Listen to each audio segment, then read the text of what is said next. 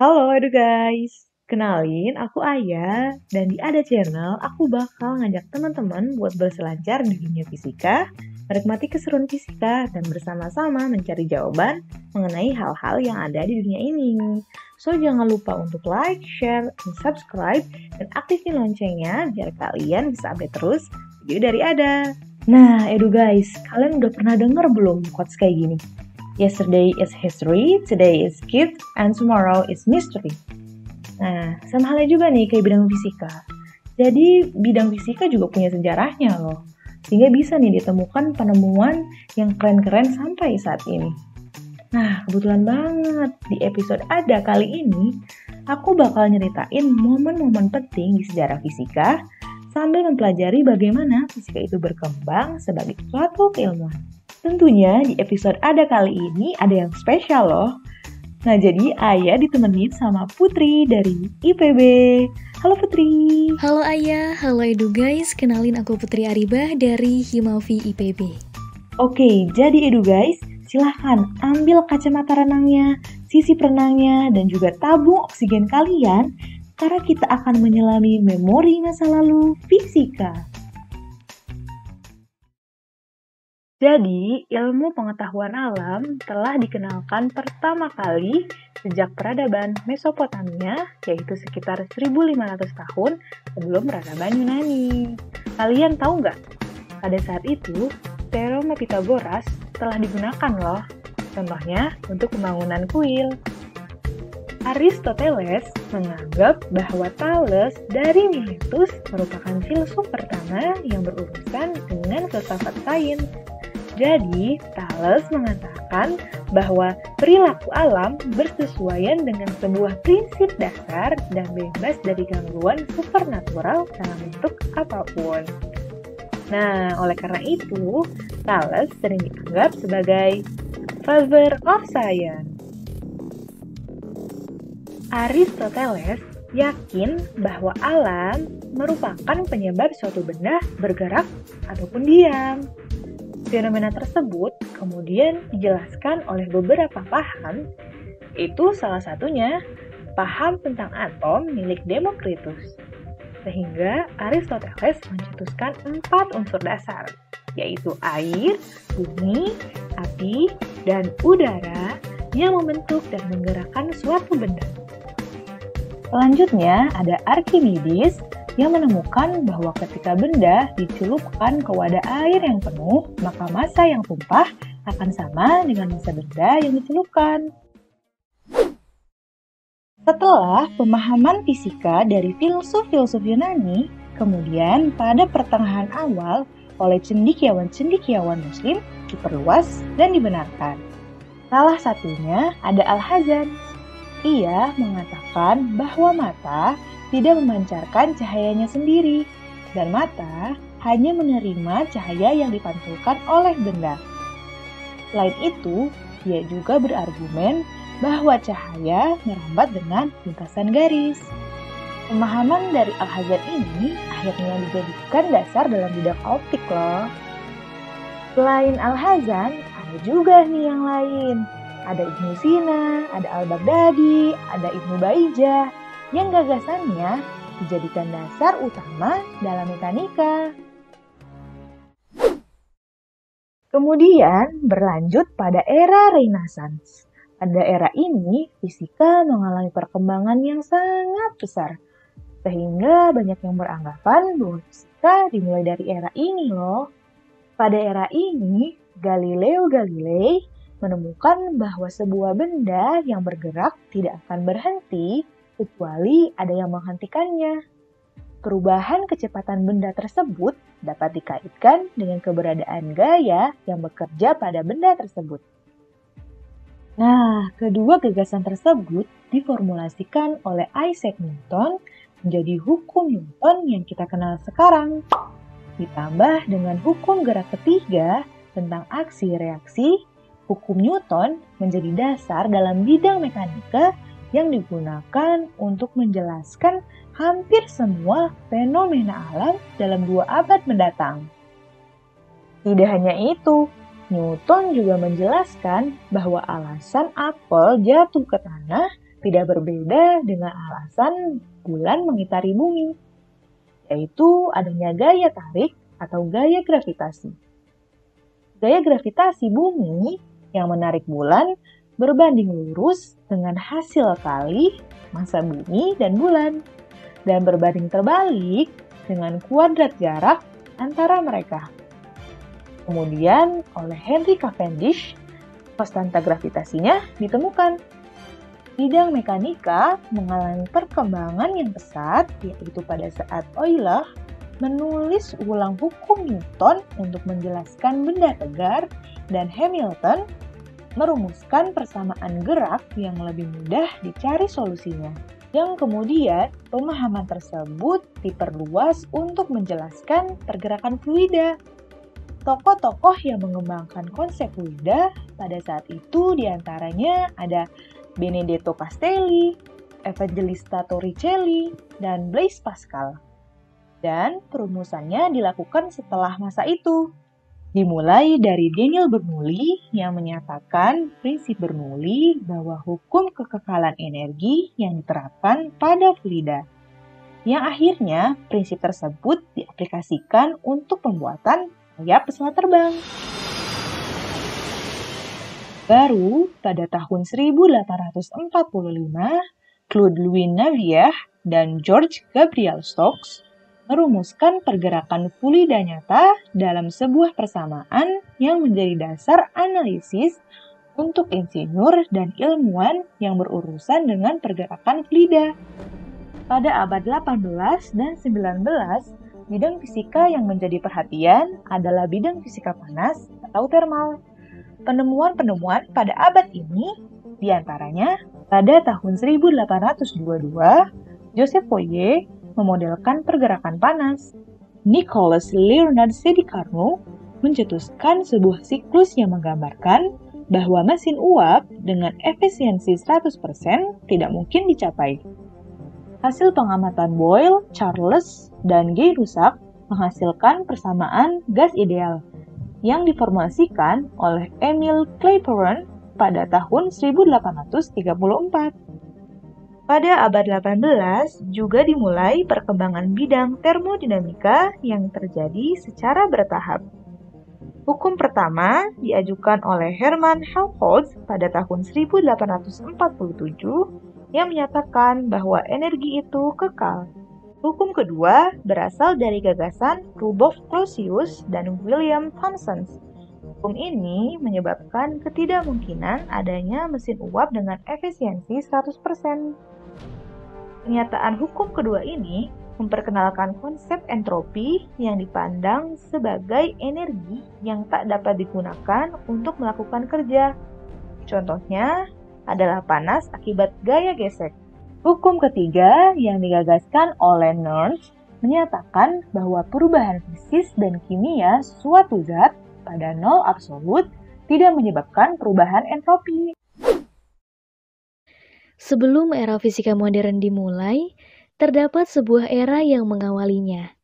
Era ini dinamakan era primodern. Tahun 1803, John Dalton, seorang ahli kimia, ahli fisika, dan ahli meteorologi asal Inggris mengemukakan pendapatnya bahwa setiap elemen di alam semesta ini tersusun oleh partikel yang bersifat tunggal dan unik. Ia kemudian menyebut partikel tersebut dengan istilah atom. Gagasan ini sejalan dengan gagasan dari Demokritus. Namun, gagasan Demokritus ini tidak dianggap teori atom karena kurangnya bukti eksperimental. Setelah itu, fluida dan gas pun mulai dipandang sebagai kumpulan dari partikel kecil. Untuk memahami pergerakan dari partikel-partikel ini, kemudian dikembangkanlah mengenai mekanika Newton. Di saat pengembangan ini, diketahui bahwa partikel-partikel bergerak secara tidak teratur, maka hal itu menimbulkan kebutuhan statistika. Ludwig Boltzmann dan James Clerk Maxwell mengembangkan teori kinetik gas secara independen tanpa saling tahu satu sama lain. Kemudian Josiah Waller Gibbs datang merumuskan dasar mekanika statistik. Pada tahun 1873, James Clerk Maxwell juga berhasil merumuskan 4 persamaan yang menyatukan listrik dan magnet dan membuktikan bahwa cahaya tidak lain adalah gelombang elektromagnet. Sebuah sinar secara tidak sengaja ditemukan oleh seorang fisikawan Jerman bernama Wilhelm Röntgen. Karena sinar ini belum pernah diketahui sebelumnya, maka dinamakanlah sinar X. Tepatnya pada tahun 1895. Pada 22 Desember, Röntgen membuat gambar sinar X pertama dari bagian tubuh manusia. Tentu saja, yang jadi percobaan adalah orang terdekatnya. 6 hari kemudian, dia menyerahkan makalah penelitian yang berjudul tentang sinar-sinar jenis baru. Selanjutnya pada tahun 1896,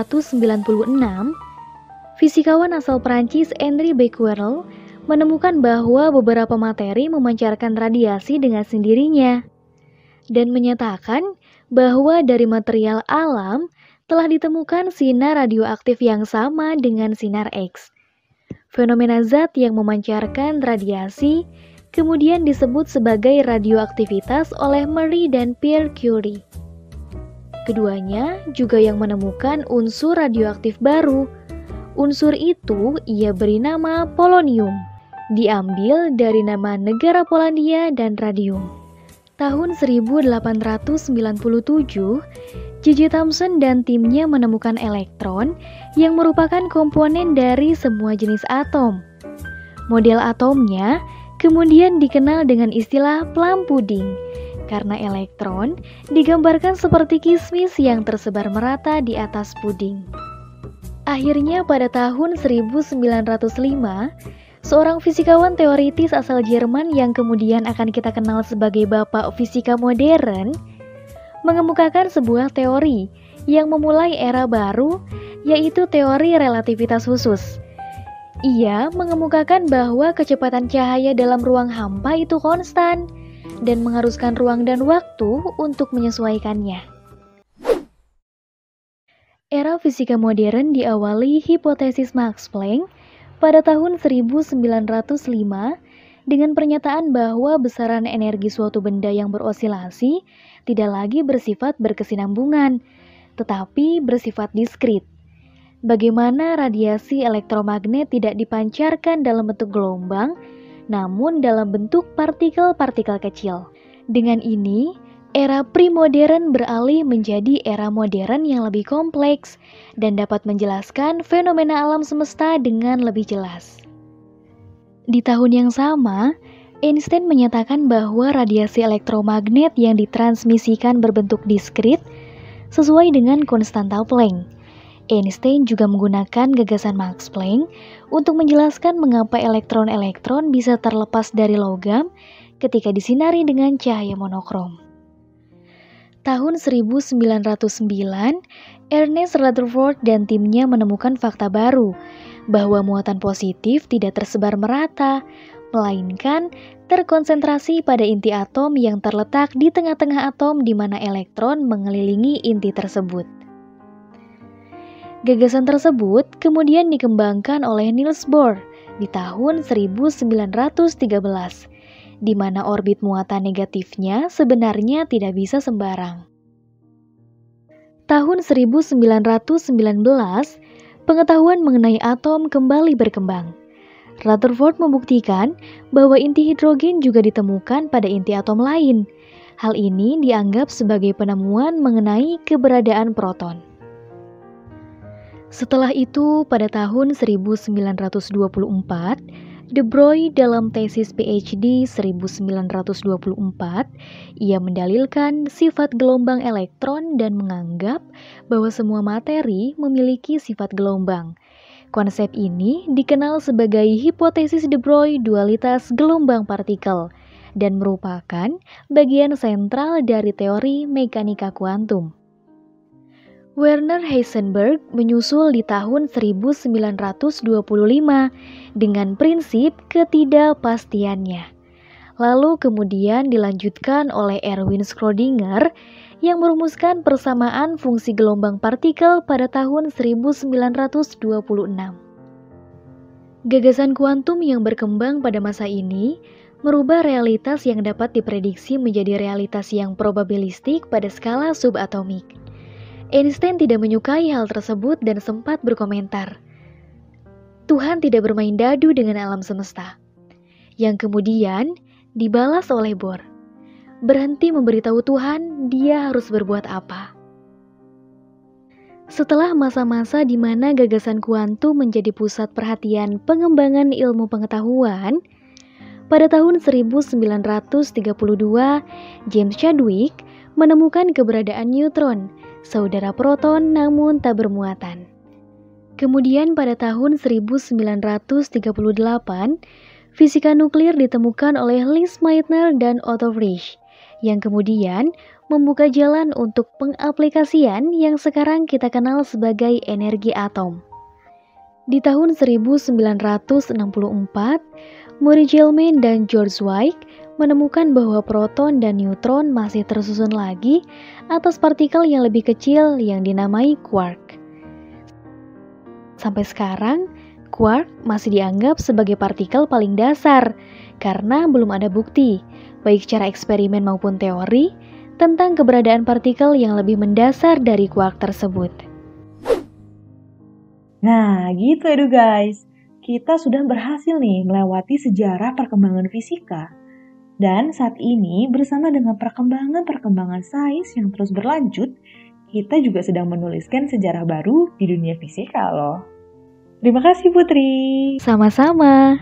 Semoga cerita dari aku bisa ngasih bayangan buat Edu guys ya. Dan semoga di masa depan akan ada perkembangan-perkembangan yang muncul dari Edu guys. Oh iya, ada yang gak kalah penting nih.